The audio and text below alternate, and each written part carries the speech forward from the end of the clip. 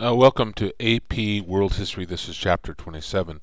We'll be focusing on Russia and Japan as they enter into the Industrial Revolution, becoming more modernized. Um, they're going to have somewhat of an easier time making the transition than China and the Middle East. We've looked at the Ottoman Empire, we looked at China. There certainly are some similarities and differences, and we'll take a look at those. As far as the Russians are concerned, they always seem to be behind. It goes back all the way to the Mongols when they ruled for a couple hundred years. They seem to be cut off from the rest of Europe as Europe is going through the Renaissance and developing new ideas. The Russians are stuck in the past. And this is something they're going to have to deal with as they move into the 19th century. In terms of reforms, before we have the major one, and that is throwing off of the Tsarist government. There were some attempts at reform as early as 1812. Um, One of the things that brings about this is Napoleon invades Russia. It isn't because of the Russian superior force that the French are defeated. It's really the weather. The Russian troops just continue to retreat and retreat.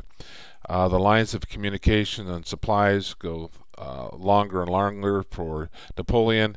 Eventually, the winter sets in, and most of his troops freeze to death, and then there's a long march back to Europe. But this does frighten some people living in Russia, particularly the nobles, the fact that they're so far behind in terms of modernization.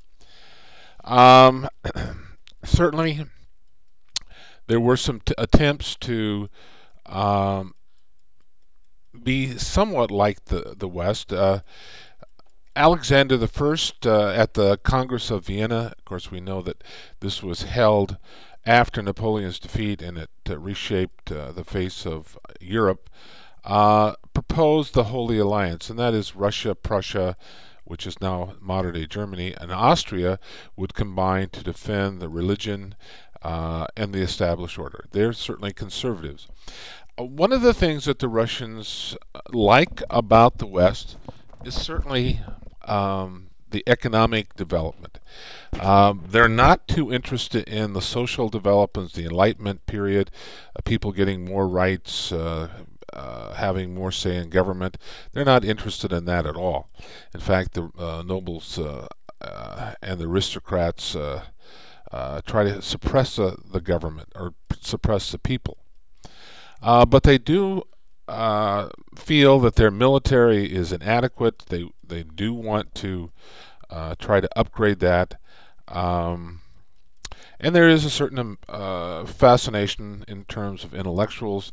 Many of them from the upper class, middle class, are particularly the upper class, are educated in Europe, and certainly they bring back new ideas from the West. Uh, as far as reforms go, there was an uprising in 1823. December burst was led by military officers who were looking to be more like the West. Eventually, this revolt is put down by Nicholas I. One of the things that he will do, as other czars that follow him will do, they will use repression, secret police. If you spoke out against the government, you're apt to go to Siberia. They controlled the press, they censored it. They kept a tight rein on people. Um, in a sense, this does help them because it prevents any major upheavals until we get into the 20th century.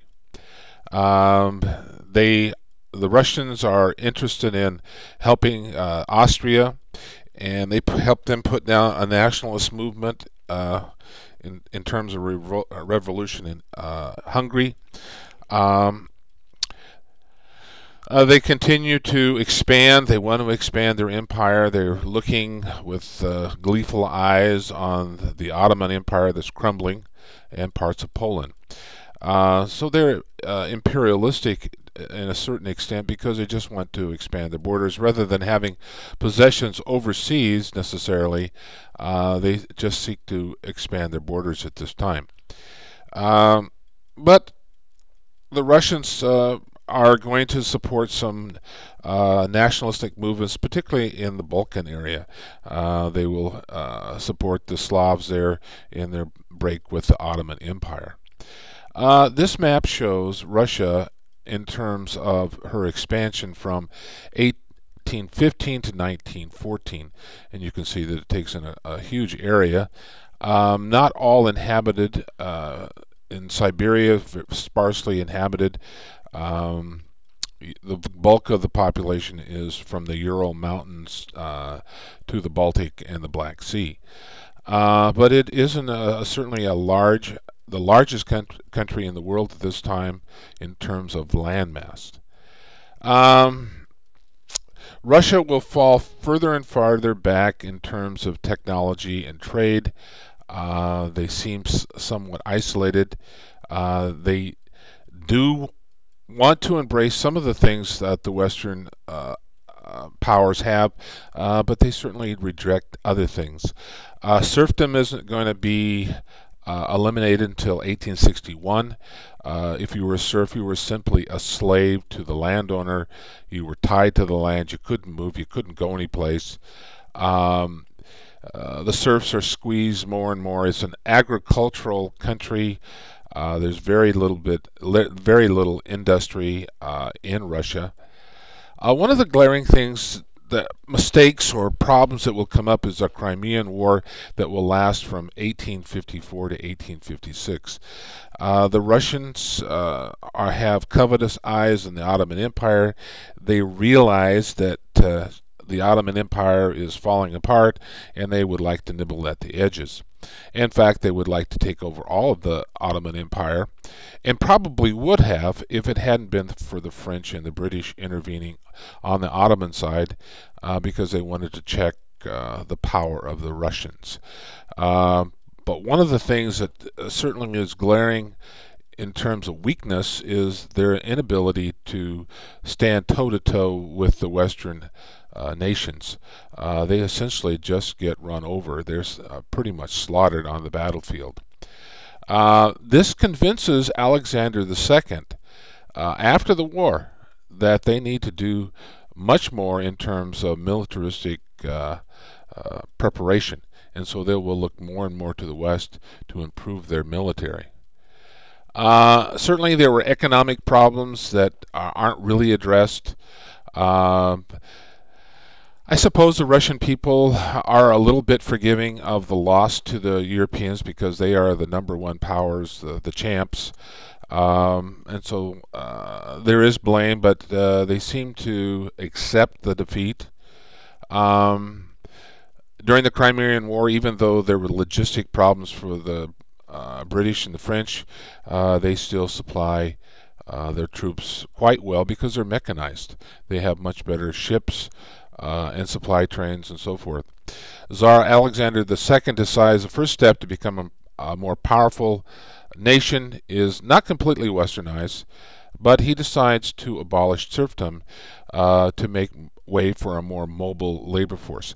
If the serfs were tied to the land, there would be no way for them to work in the factories. So a way to get around that is to free the serfs. Now, in terms of what did they receive, not much. Even though they're set free, they have no political voice in the government. The Tsar has all power, and the aristocrats. In fact, the serfs, after they're set free and say, well, we're going to distribute the land to you, oh, by the way, you will have to pay the landlord for that, and those were called redemptive payments. And this was very much resented by the serfs, former serfs. In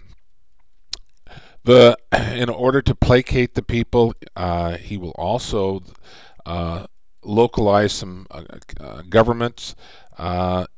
This is called the Zemstvo, and this was supposed to give local communities some say in roads and schools and building projects.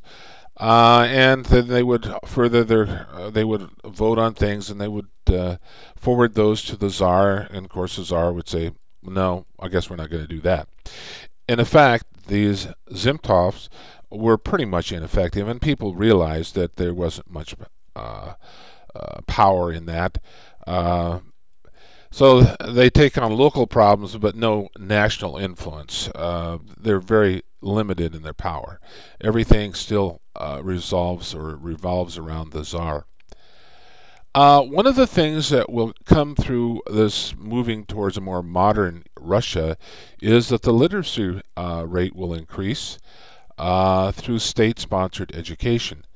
And of course, when people get a chance to read and they hear new ideas, certainly ideas of equality and personal freedoms and a better standard of living, those are the things that they will long for, and this will cause political unrest. One of the major accomplishments between the 1970s and 1880s is the Trans-Siberian Railroad, and it'll connect Russia with the Pacific Ocean. Factories sprung up in Russia. Sergei Witte, the Minister of Finance, supervised the economic modernization of Russia. One of the problems, though, with Russia is that they don't have the capital to build the factories, and so they will depend heavily on outside expertise and money. The military will be upgraded, certainly on a more equal par with the West. It's still going to be lacking in terms of equipment. They always seem to be a step behind, but they are making some improvements. Women gained a little freedom in terms of education and professions, but like most male dominated societies, women are still treated like second class citizens. The Russians will enact high tariffs, a tax on imported goods, so that they can protect their own industry. By 1900, about half of Russia's industry was foreign owned. That's because they didn't have the expertise or the money to build that. And of course, this points out another glaring weakness, that they don't have the expertise or the technology to build the factories themselves. The factory workers, although they worked for a lesser wage than the West, were certainly poorer trained and well least equipped to work in these jobs. This shows a picture of the Trans-Siberian Railroad that links the east to the west. Unfortunately, they never built much of an infrastructure of other railroads, just the main line. But this is going to add to mobility of materials and troops to the West Coast.